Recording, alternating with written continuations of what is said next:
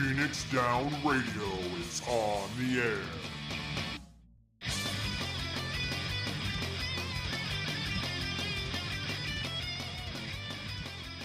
Welcome, everybody, to Phoenix Down Radio, episode number 205. I'm your host, Klaus Nightbringer, and joining me, Seyrr Timono. Seyrr, how you doing today? I am pleasantly full of a Pokeball, so not bad. Like, Pikachu? Charizard? Jigglypuff.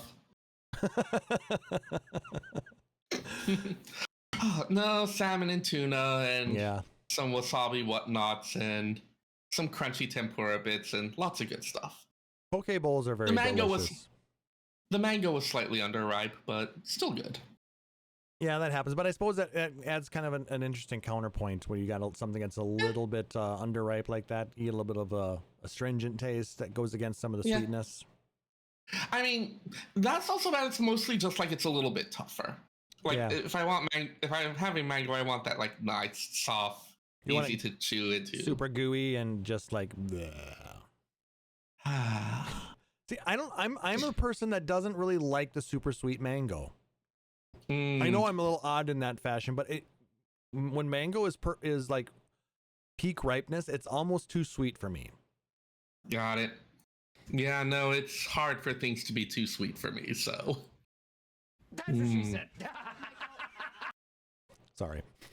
Not really, but. Are you, though? Not in the slightest. Right.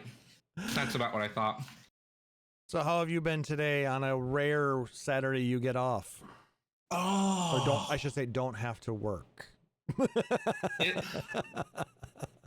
Yeah, let's not talk about my after show activities, shall we? That's for after dark. Oh, but no, it's been nice. I stayed in bed the entire morning and watched Dimension 20 episodes. It was great. I barely moved. That's always fun. This week was exhausting. Next week is going to be more so. The other librarian's going to be out on vacation, and we've got a full slate of programming. Oof, that's never fun. Yeah. Yeah, work has been super busy for me, too. A lot of projects going on, but last weekend we were at our local brewery's Oktoberfest, drinking plenty of beer and having a real good time. We got a little lederhosen costume for our dog, and everybody thought that was absolutely adorable and hilarious. What's the point of having a small dog if you don't dress it up frequently? Well, it depends on how willing they are to be able to wear it, because a lot of times they will like try and destroy it immediately. And see, I figured like I know there's those things like thunder shirts that like help some dogs relax, so I thought like, okay, it's gonna be like a hug for them. Not exactly the same. Got it. So you got to really be careful on that. Besides, the thunder shirts usually. Remember, you are speaking to someone who exclusively owned cats growing up. Yeah, and cats hate that shit. Oh, with 100%. With the passion of 1,000 fiery suns. Doesn't sound strong enough, but yeah. But so I thought that like dogs were at least a bit more into it. Well, somewhat. I mean, though with those thunder shirts, they're really kind of put on rather snugly. And they're fastened with real thick Velcro. So it's very difficult for them to kind of get out of those. Okay, that makes sense. Whereas most costumes, they're generally looser fits. They're not as, form-fitting. And they're designed for the rough shape of the dog, not your exact dog specifications unless you made it yourself. So. Got it. That makes sense then. We did a little bit of modification on this one. We had to shorten the legs a little bit. Yeah, I mean, they were only this long, but we still had to cut them in about half. Because he got the stubby legs. He's got the tiny little stompers. But no, we had a good time with that. And aside from that, then today was just kind of a relaxed day. Went out for a nice long walk with myself, the girlfriend, and the dog. Ooh, have you started getting the leaf change? Like in the Bay Area, we've had unseasonable heats. We had an actual like National Weather Service heat warnings a couple times this last week. So I'm hoping you're at least enjoying some slightly more autumnal weather. The last couple of days were in the high 70s, So I mean, warmer than normal, but we're like the next couple of days are going to be in the 60s, so more seasonal. Oh yeah, the trees it was are like 95 starting. degrees earlier when I went to get lunch. Trees are starting to turn in this area a little bit more further north than here, but you see them just the the green is starting to fade a little bit into kind of yellows, but yeah, we're getting there. We're getting there. Pumpkin spices in the Starbucks. Yeah, I mean that's been there since August though. Oh, we found a bit of autumn that's resistant to climate change. That's okay. I depressed myself. Yeah. Yeah. So anyway, we are 1 month away from Extra Life. Extra Life Game Day 2024 is November 2nd. So feel free to join us here on twitch.tv/PhoenixDown as we play video games, chat, have some fun, and raise money for Gillette Children's Specialty Healthcare here in Minnesota. If you can't make it or want to donate early, feel free to check out our Extra Life page and make a donation to help kids. And please help us reach our goal of $1,000 raised for these awesome kids. Let me copy and paste this for you guys so you guys can have that link. It's a nice time every year. I know some Extra Life streams go a bit bigger, a bit harder. We tend to be a little bit more like gentle, low key. It's a pleasant time to hang out. Yeah, we appreciate each other's company, all that good stuff. We used to do the full 25 hours because they always have game day on what's the word for it? Daylight savings. That's what I'm looking for. Yeah, like the day daylight savings ends. Yeah, so that way we get that extra hour during the time change. But feel free to join us and help us. This is our 8th year of fundraising. We've hit our goal of $1,000 5 years already. So the more we can do that, the more of those awesome medals we get hanging in the background there, and the more money we can raise to help kids. That's what we do it to help. You do something nice for kids and inflate our egos a little bit at the same time. It's win-win. Exactly. It's mostly for the kids, though. Yeah. Which, I mean, like, these are kids that are stuck in hospitals. They kind of need it, deserve it. Yep. Life's hard enough for them, and it's nice to be able to do something for them. And your donations are tax deductible. Thank you so much. I wonder if anyone who listens to us is rich enough to itemize.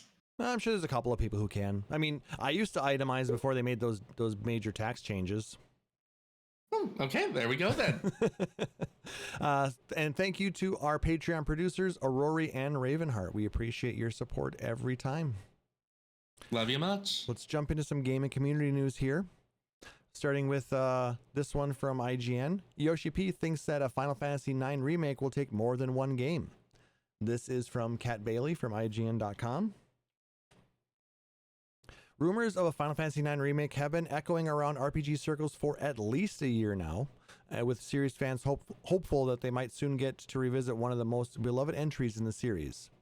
But if a Final Fantasy IX remake does materialize, it may face some big challenges. Speaking of the website Video Games, Final Fantasy XIV producer Naoki Yoshida talked a bit about what a remake might look like.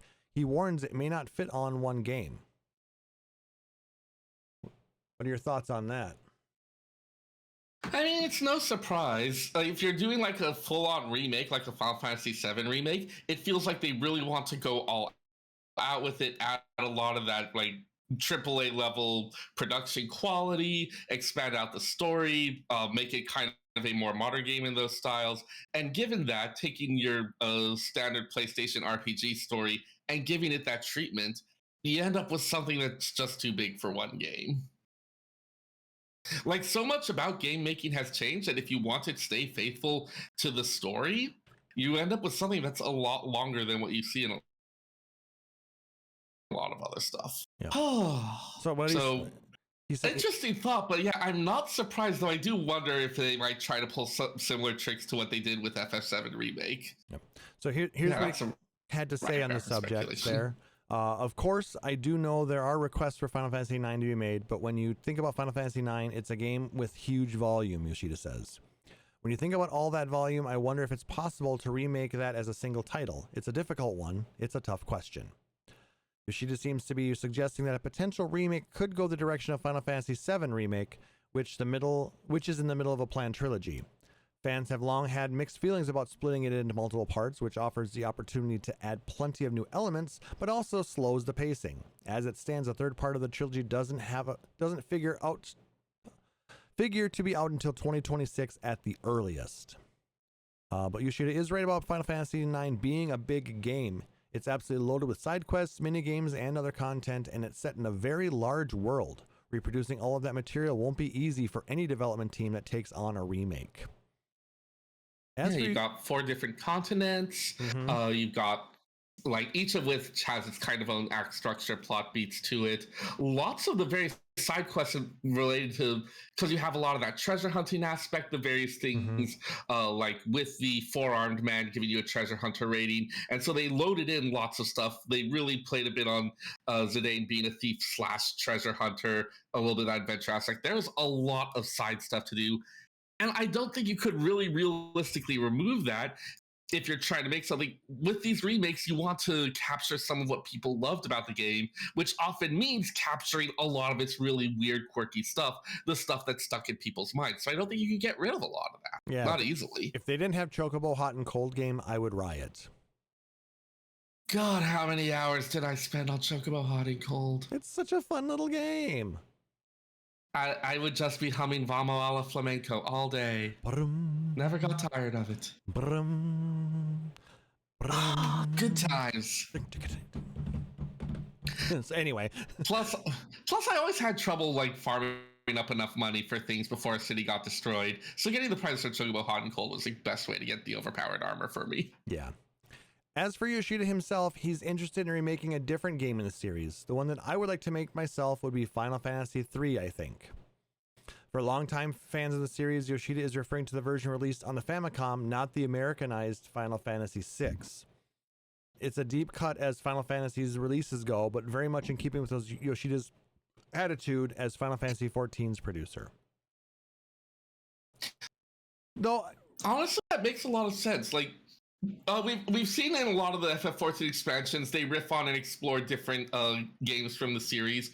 But I kind of think of one where they didn't at least dip a little bit into the Final Fantasy III stuff. You've got Eureka, and then the Crystal Tower, like all sorts of stuff with Ally, which, given how much Ally keeps reappearing, and the Crystal Tower has been one that's been there since the beginning, which they again then used as an important plot.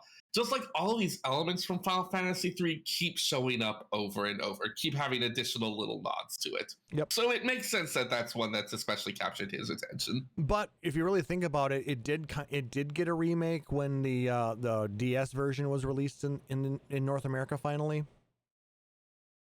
Oh yeah, like they had actual named people, like a major overhaul. So yeah. I'm not saying I wonder if he'd want to use that usually with like the Luneth arc, Refia, all that kind of stuff, or if he'd want to be doing something else with that.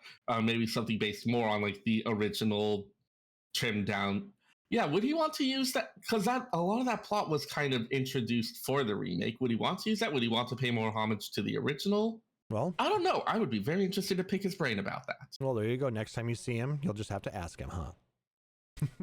Yoshi, call me. All right. Final Fantasy. If that works.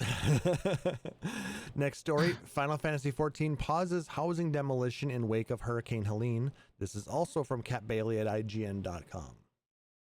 Copy paste. Square Enix is temporarily suspending the auto demolition of houses in Final Fantasy XIV in the wake of Hurricane Helene, which devastated several states in September. The developer wrote in a post on Lodestone, "From all of us on the Final Fantasy XIV development and management team, our hearts go out to those who were affected late last month by Hurricane Helene in North America. Due to the damages and other factors, we have decided to temporarily suspend the automatic demolition of estates." Which I really appreciate that they do that.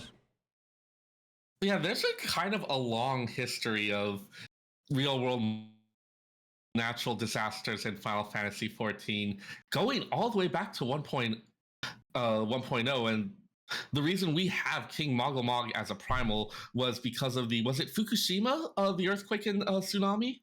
Yes, because they didn't want to put Titan out at that time or something. Yeah, Titan was the planned one, but having that, and so Great King Moggle got added as a primal instead. Which in the original Final Fantasy XIV. In the original 1.0, which ended up having a huge influence on the direction of the story development. A lot of stuff about the nature of primals was like that ended up being something that shifted the entire course of the story. So it's kind of interesting to see how this thing that's like a little escape from the real world, these real disasters keep leaving their fingerprints on it. It is kind of funny to see that, but and like I've seen some of the reports of devastation from the hurricane. Entire cities are. I saw one of, was it in North Carolina, where just like all of the bridges into the city, like the place was pretty much like completely cut off from the rest of it, just because all of the transportation routes in were cut off. Yeah. Like people struggling without basic services, power, water. Yeah, it's one of those that it kind of picked up a lot of strength as it was approaching the coast, and it was able to make huge inroads into the interior of the U.S., and it went further than anybody thought it really should have. So it's and I think scary. There may be another one coming. Oh Lord, there's at help least us. something that's like starting to pick up. Hopefully it diverts out to the ocean. God, I hope so. We'll see how that one turns out, but yep, we are well and properly in hurricane season. Yep, our thoughts go out to those affected by Hurricane Helene. Hopefully everybody can recover, and hopefully everybody has stayed safe. You know, things can be replaced, people not so much, so stay safe. I look forward to seeing you on hopefully soon. Oh, all but right. God, what a mess. Let's jump into our next story. Square Enix wants to bring Final Fantasy XVI to Xbox, but can't say when. This is written by Tom West from TrueAchievements.com. With many players now collecting the Final Fantasy Pixel Remaster series Xbox achievements, we almost have the whole series on the platform. Rumors last month suggested that the whole slate could be coming to Xbox, but it's just a question of when. Square Enix's Naoki Yoshida wants to release Final Fantasy XVI on Xbox and urges you not to lose hope. In a recent interview with Sports Illustrated, SE producer Naoki Yoshida was asked if there were any news to be shared about a potential Final Fantasy XVI Xbox port now that it has been released for PC. We do want to release it on Xbox, Yoshida said, but when it comes to the specifics such as when the game would be available and such, we are not in a position to be able to share anything. But of course, I want to say that it's not as there's zero hope, and we very much do want to achieve that. So players should not give up in terms of their hopes. What are your thoughts on getting all of these out on Xbox? I mean, oftentimes when you start making comments like that, it's in part to encourage the players to keep speaking up, to tell the other for stuff like this, because it's so many companies that need to agree on stuff that often have disagreements about the specifics of how it'll be implemented, especially if it involves any amount of online services, which is pretty much all games now. Yep. So these types of comments, they do, I think there's at least a little bit of encouraging the players to make a fuss, apply that pressure, and to help strengthen that negotiating position, say that, no, see, the players do want this. Yeah, I mean, I know that not only has Yoshida been a vocal proponent for getting Final Fantasy on Xbox, so has the new CEO, Kiryu. He's been talking about wanting to get things over there, and other producers and directors have said that they really want to get day-and-date releases on Xbox, along with PlayStation and PC. Yeah. And we're applicable, maybe Switch. It does make you wonder what the obstacle is if you have this many people who want it. Well, it's money. Oh, sure. You know, because it's like, not... it's always money, but like, what about money? Like, what particularly? Who do we need to pay off? Who do we need to... Is the money for hiring goons to break someone's kneecaps? Because I'm not opposed to that. I hope not. So I don't want to break anybody's knees. I'm not opposed to that. Well, you should be, and you should maybe not be playing those darn silly games on your phone all the time. Don't know what you're talking about. Busted. Yeah. But but yeah. and like I said, it's not like you can just flip a switch and it'll convert all of the code over to Xbox. Oh, absolutely. It's quite a process to be able to code in those different ones. But I want to say, if it's something where they can't say when, then it's like if it was something that everyone was on board for, then they would probably be able to have an idea of when they could do it, because you could actually do the planning, make the roadmap, all of that. I think this seems to suggest that negotiations are ongoing. I think some of it actually has to do with old contracts, to be honest with you. Final Fantasy VII trilogy, the remake trilogy, was signed as a PlayStation exclusive. Timed exclusive, mind you, but it was set to be that as a console exclusive for that. And then the PC version was supposed to be coming out later. I'm assuming there was something similar signed with PlayStation on Final Fantasy 16. Again, this is all speculation from a couple of guys. Yeah, I mean, like, they've got the PC versions, so... I mean, PC and Xbox still are very different beasts. There's different programming involved with them. But if the contracting covered one differently than the other, that would be so weird. Well, I'm not saying it's out of the question. It's just not something I would have expected. I mean, because the thing of it is, I don't know what I would have expected. For PC, it's granted, while it's running on a Windows operating system, generally, the agreements go through like the Epic Store and Steam. It's not going through Microsoft at that point, unless it's released under Games for Windows. Yeah, you don't have the full-on rivalry that you do between Sony and Microsoft. Yeah. But continuing on a little bit. You could be running those games on a Linux box. Who's to say? Well, I mean, that's what the Steam Deck is. It's basically just a little handheld Linux box. Anyway, continuing on. Last month, Windows Central's Jez Corden suggested we could see the whole slate of Final Fantasy games launch on Xbox in the future. Unsure about release timings, Corden said that Final Fantasy VII will eventually come to Xbox, but we'd probably be able to expect pixel remasters and maybe Final Fantasy XVI initially. VG247's Alex Donaldson also commented on the potential for a Final Fantasy XVI Xbox port, saying that Final Fantasy XVI, I think, is more obvious and clear-cut. You only need to look at Yoshida's comments over the last 6 or so months. It's clear that it will happen sooner rather than later. The recent comments from Yoshida suggest that a Final Fantasy XVI Xbox port is in the works. We'll just need to wait a little bit longer until it's announced. As for Final Fantasy VII, well, that one appears to be unknown for now. I guess go ahead.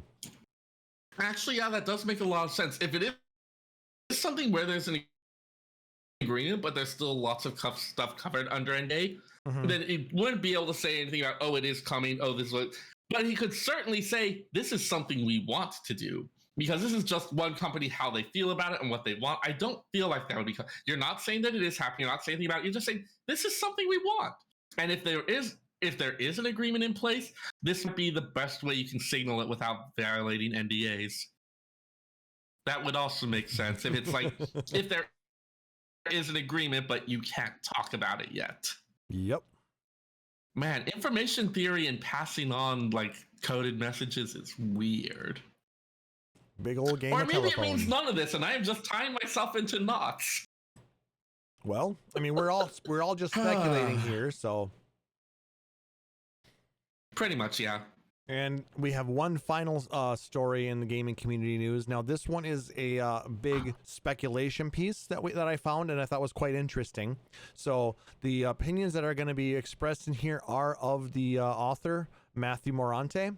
They do not necessarily reflect our views or the views of Square Enix or anything like that. So take it for what it is and enjoy it. Are SE's expectations for Final Fantasy too high? Written by Matthew Morante, and this is on CBR.com. Since the series began in December 1987, fans have been enamored with every aspect of Final Fantasy. From its stellar writing and beautiful backdrops to its stunning plot twists and amazing gameplay, every ounce of Final Fantasy content over the years has been enjoyable to at least some part of the fan base. While some games... I don't like his choices that he put in there. Final Fantasy VIII and Final Fantasy 13-2 have been panned by critics. Those are two great games. What are you talking about? Well, this is why Rotten Tomatoes has a rating both for the critics and for the viewers. Yeah. There can be stuff that critics dislike that the audiences love. But I loved 13-2. 13-2 was the greatest Pokemon game ever. Yeah, but back when it was released, I don't think the reviews from the critics were that good. No, you're probably right. They were wrong, but yeah. Okay. Anyway. Yeah, this is just remarking on the critics. Yep. And some fans over the years. Many of the other installments have been received as some of the best JRPGs ever created. Final Fantasy VII in particular is seen as revolutionary for the genre in terms of scope, as few role-playing games since have matched its sheer size. Unfortunately, the modern era of gaming... Final Fantasy VII was the reason we went from cartridges to discs. Yep. Yeah, it is. The modern era of gaming is entirely concerned with sales figures and concurrent player numbers on Steam. The last three mainline Final Fantasy games, 7 Remake, 16, and 7 Rebirth, all reportedly failed to meet Square Enix's lofty sales goals. This does not mean that they sold poorly, as Final Fantasy VII Remake sold over 7 million copies. At this point, Square Enix should come to realize that the genre that company creates is still a niche. Sales figures for the Final Fantasy franchise should not be expected to compete with giants of the FPS genre like Call of Duty. For its next installment, Square Enix should rein in its expectations to avoid more disappointments. It's a very, very, very long article. I'm not going to read the entirety of it, but they did include an interesting little graphic. I'll go ahead and summarize. I want to talk about this graphic real quick, and then we can summarize. So they list Final Fantasy VII Remake, released in 2020, had a sales total of 7 million copies. Final Fantasy 10/10-2, released in 2001, 2003 respectively, have had a sales total of 20.8 million copies together. Final Fantasy 13 and 13-2, they didn't list 13-3 for some reason, which were released in 2009 and 2011 respectively, sold 11 million copies. And then the only number we got from Final Fantasy 16 after its release in 2023, shortly after it came out, was 3 million copies. So those are very different. The author numbers. Goes on. So, yeah, the author goes on to discuss things like the sales of Final Fantasy 15, suggesting that Square Enix read too much into the success of it and set too high expectations for the future ones. And in general, expected that future Final Fantasies would rival the sales of more popular mainstream AAA titles like Marvel Spider-Man. I mean, this is not that type of game, in unfortunately. General, in general, Mr. Morante says that expecting them to increase on this level to match this other is not a realistic expectation. Discusses a little bit about the change in the early days of the series versus modern ones, where sales figures were less readily available, and so critical reviews were seen as the best marker of success. And lots of it's an interesting set of points. Reading it, I'm not 100% sure how I feel, but I do wonder how does a company generate these things? Are they using a method that makes sense? He says it as this is definitely the problem. I'm not sure I agree, but it does seem like a question worth investigating, and I would love to know how to get more info about it other than full-on corporate espionage or something, because I feel like I just need to be dressing up in black pajamas and sneaking into SE Corporate to rifle through their financial reports. Don't do that, please. You'll post bail, right? Nope. We can start a GoFundMe, but I don't know how well that's going to go over. Listeners of Phoenix Down Radio, I need you to post bail. Wait, how does the bail system work in Japan? I have no idea. Okay, we're going to find out live. I think I need you to call my work and tell them I'm going to be sick. For about 4 to 6 months? If we're lucky. Okay, maybe this is not a good idea.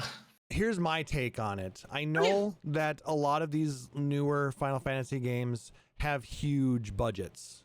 we're talking probably in the hundreds of millions of dollars.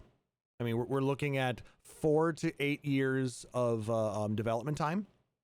We're looking at a lot of cost going into them marketing and, you know, trying to sell the product. So they're trying to recoup, you know, their cost back when they're charging between $60 and $70 per copy.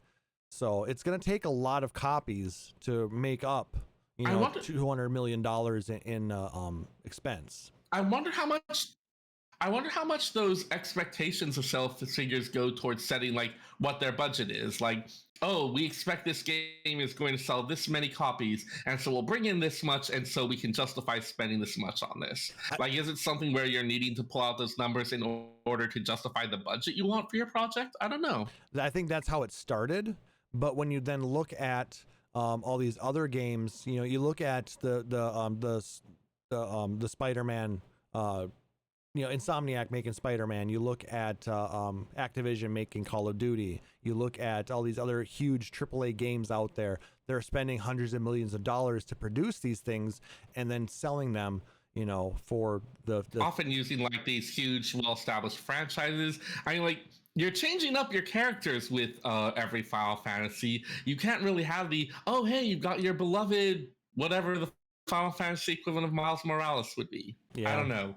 I don't feel like I should try to answer that question right now. I feel like I will accidentally cancel myself in the process. I legitimately think that it's a problem that the gaming industry tried to grow too fast, too soon during the late 2010s, early 2020s, and then we had that lovely worldwide pandemic hit, which gave them a lot more money because people were at home playing video games. So it created an unrealistic expectation of to where the whole industry is going. And I think right now we are currently in a period of rectifying it back to where it's supposed to be. Yeah, like, just thinking about stuff I didn't mention that happened since the last show, I got a Tom Nook as a little storytime helper, like a plush Animal Crossing Tom Nook. And enough of the parents recognized it and started asking for stuff that I went back and got an Isabelle as well. Oh, nice. But like, usually for a lot of my gaming stuff, it's like, okay, this is going to be a slightly obscure reference. No, everyone recognized the Animal Crossing character. Well, yeah, Animal Crossing was one of those. Some of them were okay with... Yeah.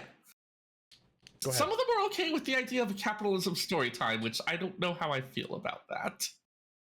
But no, getting back to that, when the pandemic hit, a few games really took off in that, and you know, Animal Crossing being one of them. It was released at just the right time. That it was able to take full advantage of all of this, and it sold like 30-some million copies. Some insane number. I see what you're saying. Square Enix needs to be manufactured. You're cutting in and out again now. It's starting to get worse again. So lockdown, so people will have to play their games. That's what you're saying. Not at all. So that's a bummer. I mean, there's not much we can do about it. We're just gonna have to keep pushing through. So apologies to everybody. Yeah, I don't know. My router just starts being weird in the evenings. Maybe next time we'll have to look into seeing if you can do a restart before we start up. We tried restarting the computer before we started, but we didn't restart the router. I restarted my computer. Yeah, but not the router. No, I've been doing. I've changed anything. Sorry, I didn't even understand the word you just said there. I'll just put in the. Don't worry about it. Yeah, no worries. I know it's not something that we can do anything about right now, so we'll just kind of deal with it and we'll keep moving on. So for those of you listening on the podcast or watching later on YouTube or on VOD on Twitch, apologies for the kind of the robotiness that we're getting here on that. So we'll try and get through it as best as we can. Let's go ahead and jump into our discussion topic. We recently had a live letter.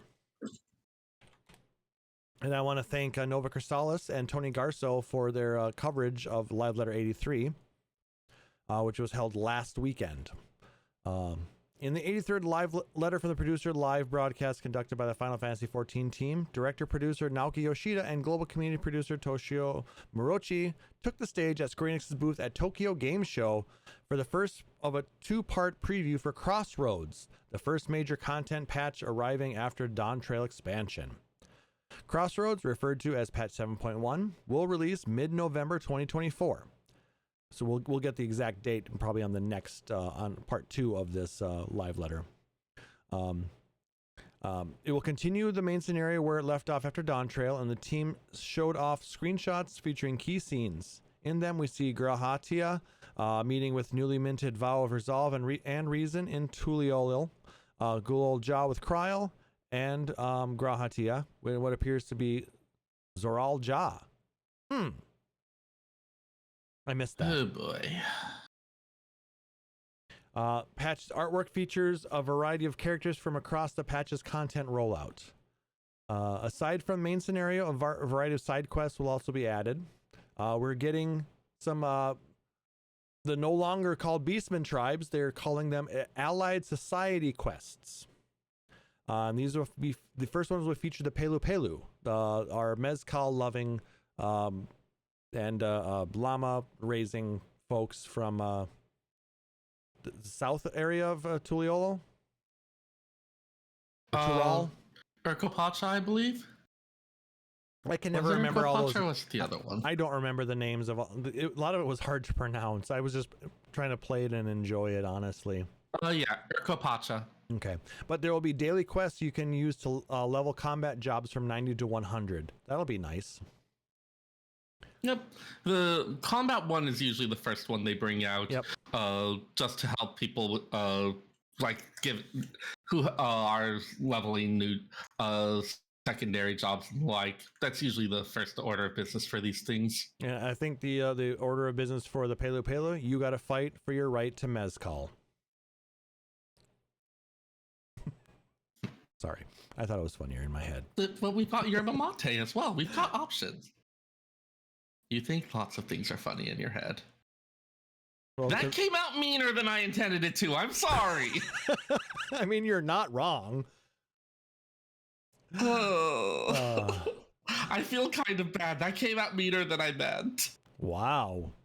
It must have been really harsh, because if you're thinking that it was pretty bad, either that or these beers are a little stronger than I thought, and I'm just missing it. I'm not. I mean, they are 5.6%. So. I mean, okay, that's pretty. Shout out to Bobbing Bobber for their tasty Oktoberfest. Some good shit. There'll be a new custom deliveries client, Nita Weekwe, who was encountered in the Dawn Trail main scenario, traveling through Shaloni. A capstone roll. Oh yeah, she was the railroad engineer wife of. I can't remember his name, but he was like kind of the reflection of the railroad trolley engineer on the first who had lost his wife. Yep. She's the wife who lived in this world, which is pretty cool. Capstone roll quests for players who completed. I wonder if we're going to Trail. make boxed lunches for the railroad. That could be funny. Railroad bentos. Railroad bentos. Are we going to make the self-heating kind? Oh my god, I could go for one of those. I get into way too many rabbit holes on YouTube watching like those bento videos of people traveling on the Shinkansen and eating the train bentos. That is a thing, people. They're so cute. They make bento boxes specifically for the train rides, and they even have some that heat themselves. You pull a string, and then you get the little heating thing that goes off, and then poof, you got warm food. Really cool. They have functional railway systems in Japan. That's a thing. Mm-hmm. They have some of the best in the world. I'm looking forward to that when we finally make our trek over to Japan. Probably won't be next year now, but we're working on it. This is so cute. So anyway, capstone roll quest for players who completed all Dawn Trail roll quests for combat jobs. Not me. Probably you, right, Seyrr? Yes, I have completed all of them. Varying levels of quality on the role quests. I feel like some of them will appeal to different types. We've talked about this before. Yep. Healer quest is definitely a you either love it or you hate it type thing. It is the most divisive one. I found it hilarious. There's also going to be a capstone quest for the crafting and gathering quests, because I'm not even going to try to pronounce that word there. Watch a Meki Meki. Gesundheit. Inconceivably further Hildebrand adventures. Nashu seems to have found herself in Solution 9 somehow. Oh, God, they're gonna... Something is gonna happen with Feral Souls, and it's gonna be unsettling.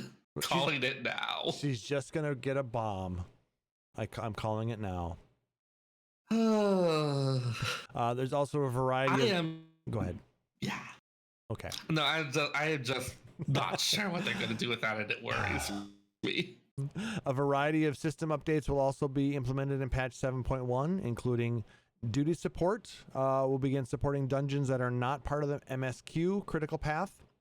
In patch 7.1, the dungeon Halatali will be the first to be supported, with more planned in the future. Hall of the Novice will be adding what Yoshida described as a mechanics boot camp, where players can learn more about the various visual indicators that communicate directions to parties, such as stack and spread markers, amongst others. This will be unlocked at level 49, and while it is not necessary to complete to participate in any content, there is something of a quiz at the end to test your knowledge. 1 second. I am at least part of why they went back and standardized those things in a bunch of the other dungeons. Like, they at least had in mind, hey, we want to teach people this. Oh, crap, we're going to need it to be consistent throughout if we're going to be teaching people. Yep. So, I mean, this is something I imagine this has been in the works a while. Yeah, we've been talking about this type of thing being added for quite a while. I'm just glad that they did listen, and they have been working on getting it implemented, and we're going to see it soon. PvE jobs will have more information to share in the next live letter, but for now, the team shares that they don't want to nerf anything ahead of the upcoming Ultimate Raid. So, that's good. No nerfs. PvP will be getting an extensive update to action execution and hit detection to address situations where players shield incoming attacks, but it appears or feels like it didn't work. New job actions will be added to PvP jobs, save for Pictomancer and Viper. Arena improvements are planned for Crystalline Conflict stages, Red Sands, and Cloud9, alongside balance adjustments for Frontline and Rival Wings. Frontlines will be getting a larger scale update in patch 7.2. I wonder if they're going to be bringing Borderland Ruins back. I mean, I have not missed it. I'm happy to keep it out of the rotation. Secure or Savage? Or not Savage. Secure or what's the other one? It starts with an S. Seas? So Seas, Shatter, Secure. I don't remember. One of them was fun. The other one was boring. If it's the one in the Fields of Glory, the snow, that's Shatter. No, there were two different versions in Borderland Ruins. There was the one where you captured the points, and there was one where you just killed each other. Yeah, I think Slaughter. Seas is the one where I think it was called Slaughter. Slaughter. Great name, right? A+. Yeah. Of course, new battle content will be available on patch 7.1 and includes a new expert dungeon. Uewata Field Station. Uewata. Is that what that looks like? Yeah, Uewata. This dungeon appears to be accessible through Heritage Found, passing through a wooded area dotted with lightning towers, and leads to what looks like a subterranean cave and medical facility. That could be interesting. The Final Fantasy XI given that, sorry, go ahead. Given that that's going to be part of the MSQ, makes you wonder a little bit about the story of the direction that's going to send us to a facility like that. Well, I mean, if you think about it, these guys have not feared death for a very, very, very long time. Now that we've basically... And we're probably going to need to convince them to, Yeah, so we're going to be teaching them how to respect life. And save themselves. Yeah. Like, I don't think we can shut down Origenics today, but long term we gotta. Yeah. it's kind of just, it seems it's like a whole thing of like transitioning off of a fuel source or things like that. Yeah, you can't You go try to do cold it all turkey in off one of go, coal. you end up with chaos. Yeah. Yeah, it's All right. and this gets too much into real life allegory that I don't want to think about right now. The Final Fantasy XI collaboration Echoes of Vana'diel will bring about the first new alliance raid of the Dawn Trail expansion, Juno: The First Walk. Here we can see the Grand Duchy of Juno pictured, but maybe not as you expected it. It should be noted that 11 characters Preesh and the Shadow Lord appear present in the patch artwork. I'm interested to see how this works, because I'm a long time 11 player. I haven't played since 10 came out, or since 14 came out so long ago. But it was my first MMO, and I have a lot of rose-colored memories of that game. So it'll be kind of fun to see what the team brought, to reference Vana'diel in Eorzea. Well, they've got a lot of options to. Aetheris, excuse me. They've got a lot of options to draw from, so I'll be interested to see what they go with. Even just that section of Juno, there's so many like random little side quests you could have. Oh god, that's the section where the brown mage was. Brown magic being even stuff like food buffs were a little bit more cumbersome, and once you had eaten one, you were stuck with it until it wore off, unless you brought some Gizzle greens to the brown mage, who would use his special magic on you and clear out your intestines. They really had some fun with the dialogue for that guy. Oh, that's bringing back. Oh my god, I wonder if we'll be able to light the lamps. I just hope that there's a quest in Lower Juno where you could light the lamps when it was getting into the evening, and only one player on the server could do it each game day. I just hope that Mott is not the final boss. Oh god, he'll end us. Yes. Completely. He would end us 20 times before we hit the ground. That bastard. At least you didn't have to go after him as Red Mage. Oh no, Spender did. It was hell. It took me. Oh no! I remember when Spender was prepping for that poor guy. And you could only have one set of the items used to start the quest, and then you had to go and farm them again. You farm them. Yep. No, I went in on Thief. Even then, it took several tries, but I just went for the one and done theft. All right. 11 was a special time, but god, there was some stuff about it that would not pass muster in modern RPGs. I'm seeing some weird issues on my end right now, Seyrr. I don't know if it's okay. I've got a lot of dropped frames going on right now in OBS. I'm not sure if my internet is having weird issues, but you sound fine to me. Okay, but I know we're sending out some weird frame issues right now, so apologies for the quality of the video right now going out on Twitch, but we'll keep going on here as best as we can. So yes, Final Fantasy XI nostalgia aside, we'll have the Minstrel's Ballad Sphinx's Burden as a new extreme trial, and it's so that finale for the Dawn Trail expansion, they're changing up with some new mechanics. The screenshots provided show some different locations in the arena, including ice bridges that appear to cross horizontally on the platform. Honestly, the End Singer's aria was a little bit of a disappointment, so it seems like they're going back to a good, proper, big budget finish for the extreme version of the final trial, and I'm happy to see that.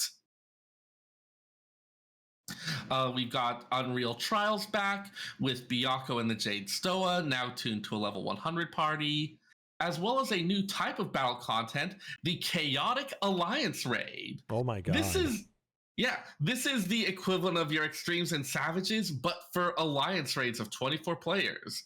The first one will be going all the way back to A Realm Reborn's World of Darkness with the Cloud of Darkness Chaotic. Oh my god, that's going to be fun. Yeah, so you're going to have brand new mechanics. I saw some screenshots of it, all sorts of layouts on the field that definitely not part of the original fight.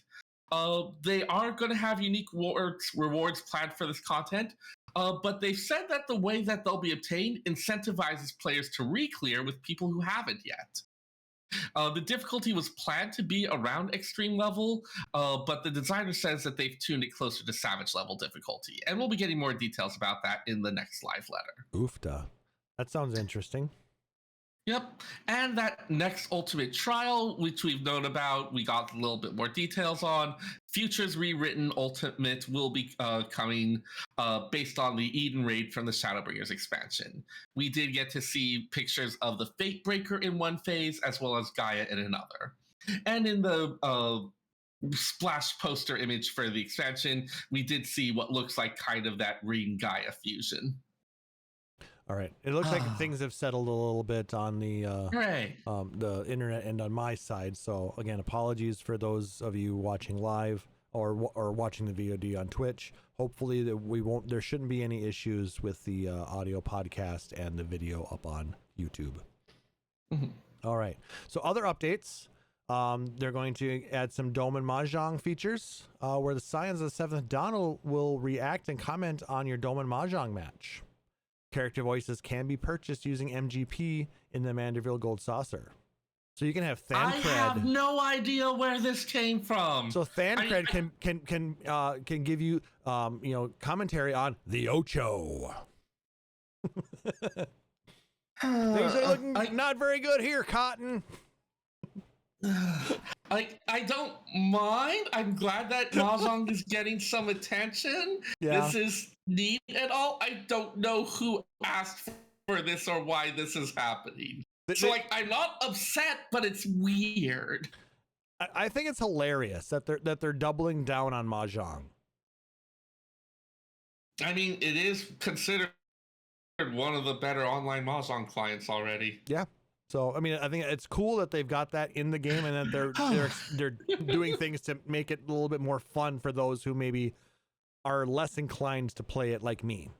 I'll probably take a peek at it. Seriously, I teach people to play Mahjong. Just hit me up. All right, this piece also, really. SE, if you want to promote Mahjong, re-release those Mahjong tiles that you had that one time. Yeah, you can only find them on eBay for like $1,500. Yeah, I think they were only like $200 when they sold them. Something like that. Yeah, $250. but it was a limited enough run, and now they're pretty much unavailable, and so it's like.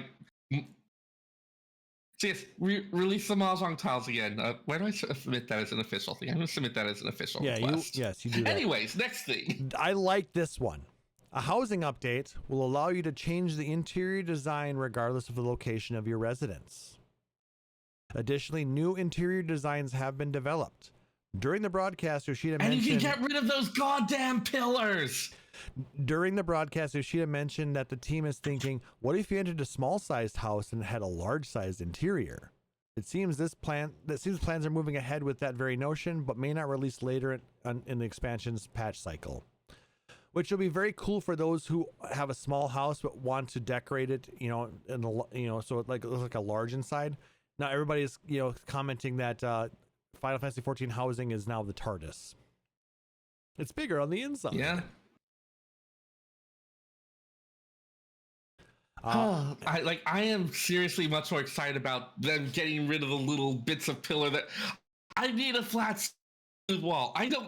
Do you know how much of my wall furniture slots are taken up with fake walls that are out just a little bit so I can actually have a properly smooth surface instead of having it be disrupted every little bit by a pillar? Yeah, I get that because the way they're designed, it is very annoying sometimes. Because I think is that more of like a European or Asian style of home that has that kind of thing? I don't know, man.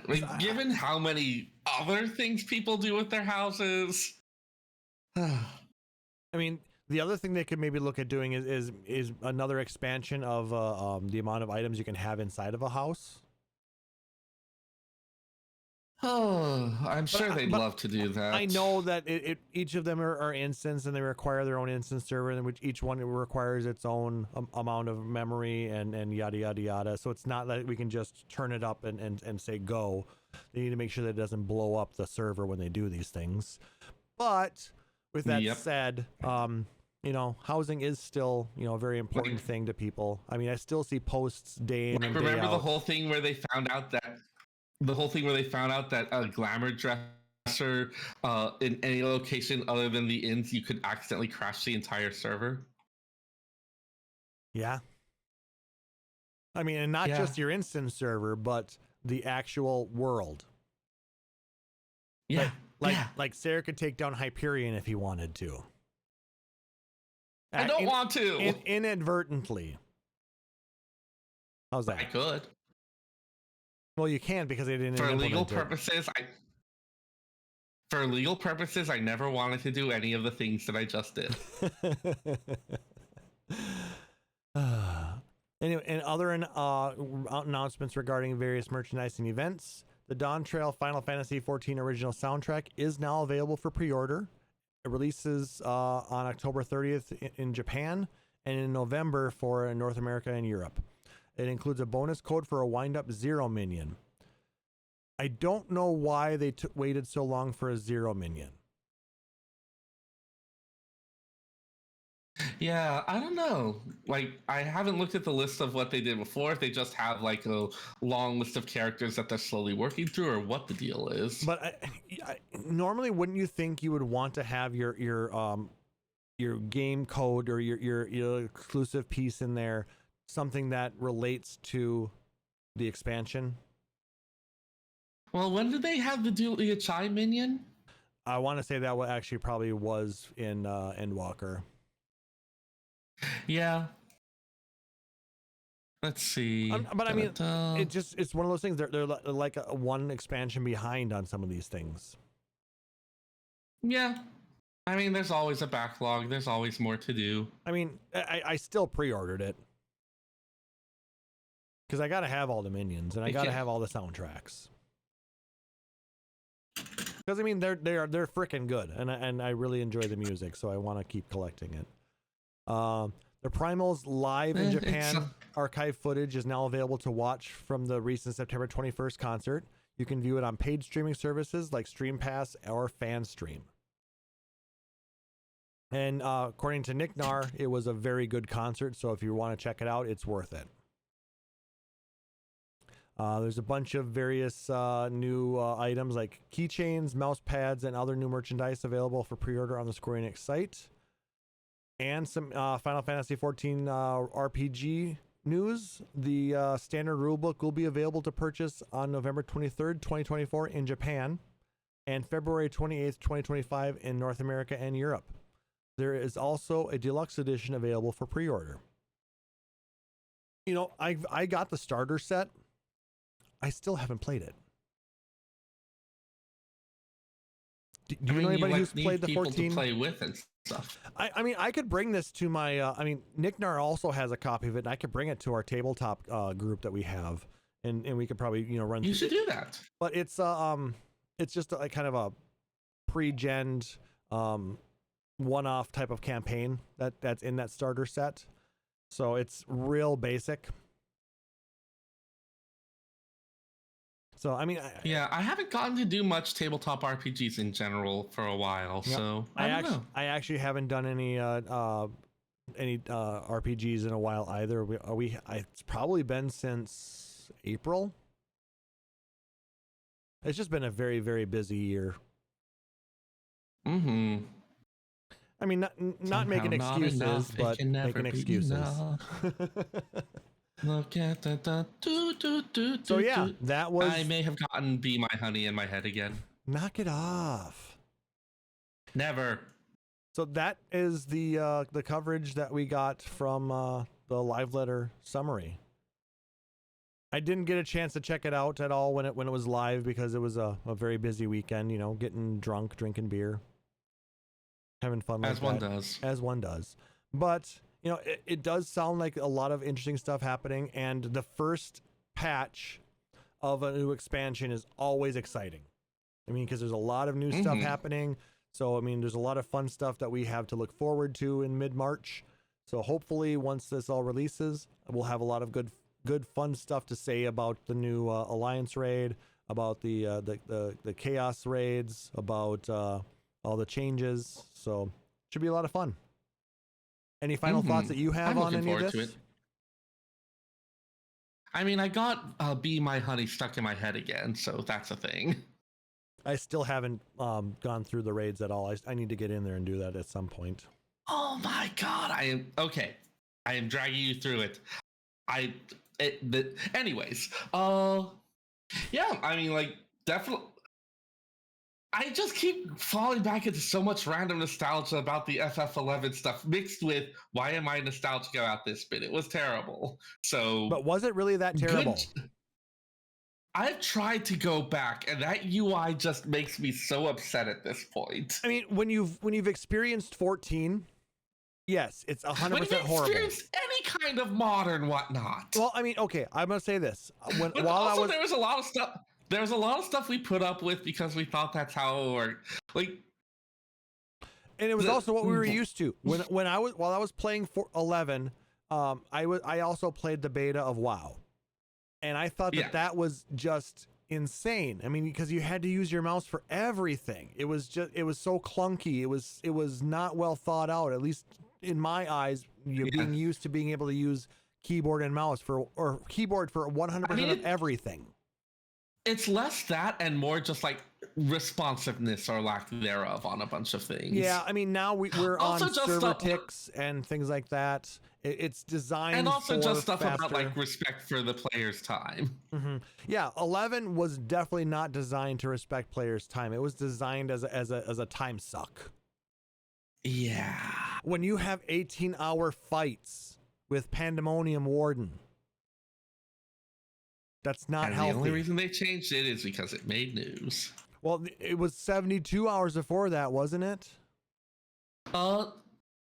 We don't know. That one was the farthest anyone had gotten in it, and and it was at that point that they changed it. So I don't know if we actually know what it was like before, because that was the best people had ever done. And the fact that then it was like, nope, there's still another phase. At least everything was over in Japan, so anybody in America or playing anywhere else was having difficulty getting claim on a lot of H&Ms or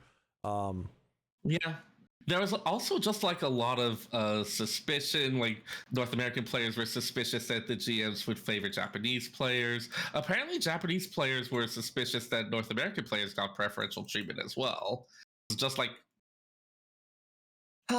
it was interesting to have servers that were kind of integrated among all the regions. It meant that stuff was always a bit busy, but also, some people were.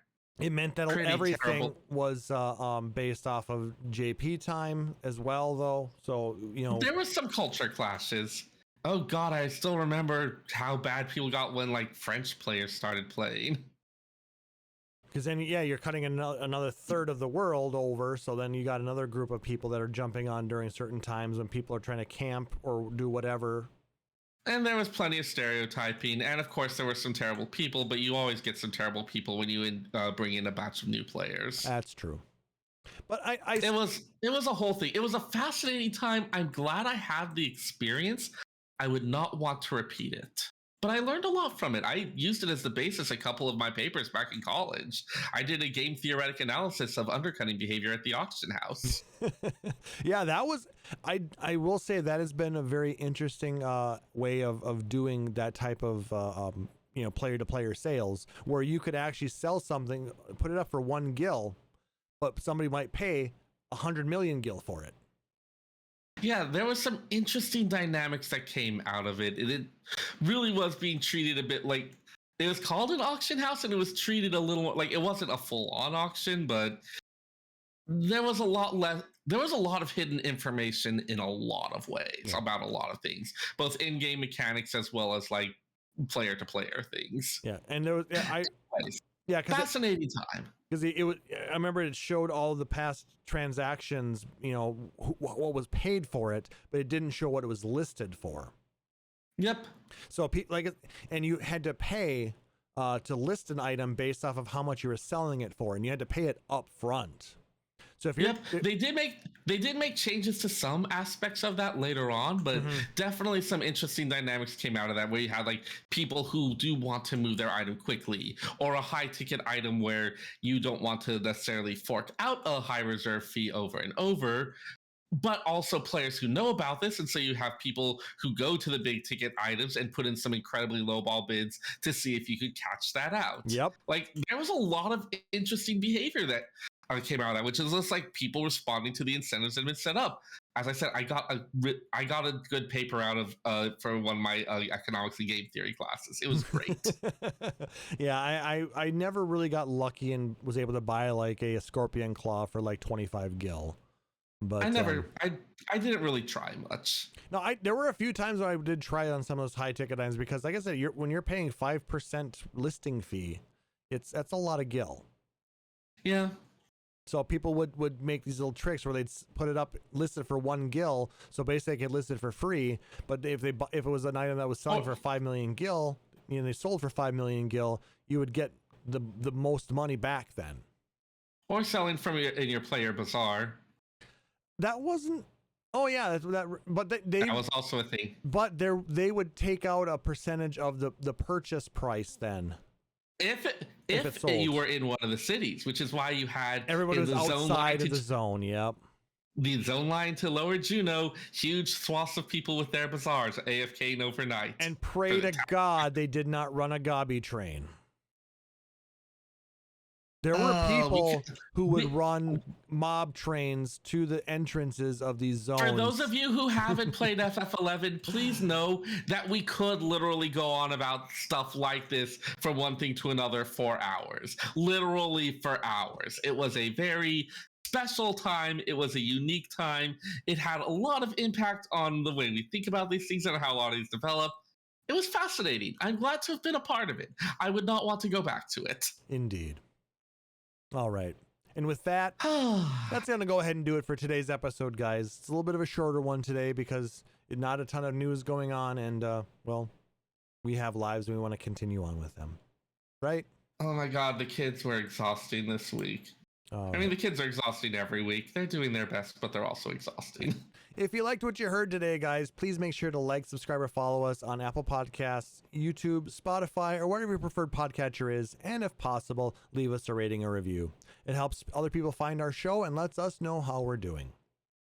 If you really dig the show, please consider subscribing to us here at twitch.tv/PhoenixDownRadio, where you can get access to a number of subscriber-only emotes and badges. Or you can support us out on patreon.com/PhoenixDownRadio, like our benevolent overlord Rory Fenrir or our Secret of Nevermore Ravenheart. All proceeds go towards growing the show, cover things like hosting costs, allow us to improve and upgrade equipment, as well as do fun things like contests and giveaways. But any kind of support, whether it's emails, tweets, likes, subs, follows, donations, whatever, it's always greatly appreciated because we really do love enjoying interacting with you guys and the rest of the community. If you want to listen to our backlog of episodes, please go out to our website, PhoenixDownRadio.com. We have all 204 other episodes, as well as a couple of bonus episodes that we created along the way. If you have questions, comments, suggestions, or just want to say hi, you can email us at podcast@PhoenixDownRadio.com.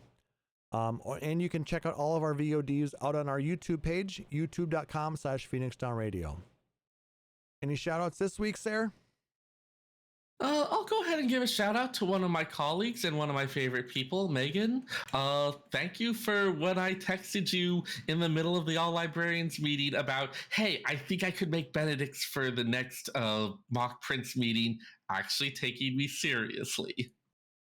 You can make most parts of a Benedict in advance. You can apparently make poached eggs up to 5 days in advance. You just gotta be careful on how you reheat those. Oh, yeah. This plan would involve borrowing it. There's a couple libraries around here where you can actually check out induction plates, and so it would be I would set up a little cooktop for it. But part of me wants to prepare Benedicts for this librarian meeting thing because it would be so wildly extra. It's kind of funny. I actually had an Eggs Benedict on Sunday. They are the platonic ideal of brunch food. It was delicious. But But Megan is the type of person who took me seriously and was bouncing around ideas when I texted her in the middle of the All Librarians meeting to be like, hey, what do you think of this? She's one of my favorite people. She's delightful in general. Nice. She's running a new division, and I can't think of anyone better for the job. So shout out to you, Megan. You're almost certainly never going to hear this, but you're one of my favorite people, and I appreciate you. Aww. Well, Oh, God, now I want a Benedict. well, then you'll just have to go get one. I just want to shout out to Oktoberfest for just being an awesome time of year. Eventually, I want to get to Munich and go to the official Oktoberfest, but until then, I'll keep enjoying all the lovely Marzen-style beers available at all the craft breweries around. And it's a great I'm time. not much of a beer drinker, but I've been to some of the Oktoberfest celebrations around here, and they're still a fun time. There's usually at least one or two they can recommend that even for people who aren't much of a beer drinker can be reasonably pleasant. And you get yourself a nice pretzel with plenty of good hot mustard. You enjoy the vibe of things. It's still a nice time. It's a good time. Support your local breweries, people. I wonder if you could do a pretzel Benedict. Well, I mean, they make pretzel buns. All right, I'm going to start coming up with terrible idea. All right. And with that, I have been Klaus Nightbringer, joined with Seyrr Tomono. Thank you so much for joining us on this episode, and we will catch you on the next one. Take care. Phoenix Down Radio is a production of PhoenixDownRadio.com and Illusion Productions. Final Fantasy XIV and Eorzea are trademarks of Square Enix. In-game content for Phoenix Down Radio is the copyright of Square Enix. Opening music for Phoenix Down Radio is provided by Guilty Gear Rock You. Check out the Metal Chocobo theme cover and many other music videos at youtube.com/Guilty Gear Rock You. Closing music for this episode is provided by Guitar Wanker 90. Please check out their full version of Matoya's Cave and other rock video game covers at youtube.com/Guitar Wanker 90. The views and opinions expressed in this episode are those of Phoenix Down Radio and its hosts and do not reflect the views of Square Enix.